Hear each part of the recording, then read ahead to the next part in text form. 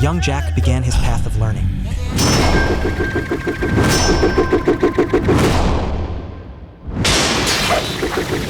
He learned speed from the cheetah, moving like lightning in battle. He learned resilience from the antelope, never retreating no matter how badly wounded.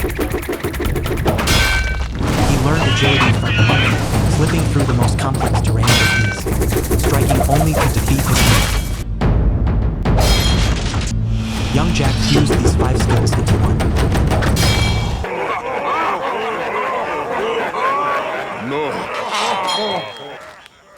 Courage and power awakened within him.